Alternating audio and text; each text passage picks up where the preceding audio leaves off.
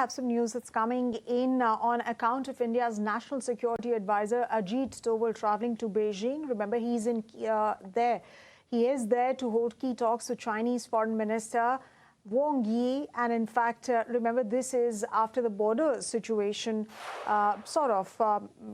facing some difficulties. Remember, the MEA has reiterated repeatedly that India-China ties and, of course, the stability of these ties is dependent upon whether there is peace on the border areas, the adjoining border areas or not. So what we do know as far as this particular visit of NSA Ajit Doval in Beijing is concerned, in fact, he is going to be holding talks, border talks with Wang Yi, and these border talks are called the border question.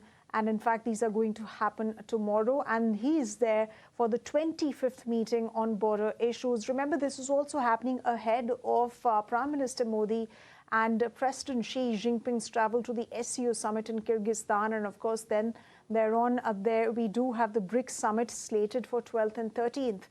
September right here in the country. Of course, he is expected, President Xi is expected to travel to India. So, of course, this is laying the groundwork for both of these very important and crucial events, because if President Xi indeed goes to SCO, and of course, there is going to be then some conversation with Prime Minister Narendra Modi on the sidelines as well. Now, if we look at India-China ties, well, we do know that after the border standoff in 2020 in Ladakh, ties have been on the mend since past, couple of months, because China and India have engaged on several matters. So whether it's related to Kailash Mansarovar pilgrimage resuming after a 5-year gap, or India easing restrictions on Press Note 3 related matters on FDI, or of course the resumption of direct flights, that has also happened. And in fact, both the sides have agreed to facilitate tourist and business visas as well. So of course there has been an upswing in ties, but then we do know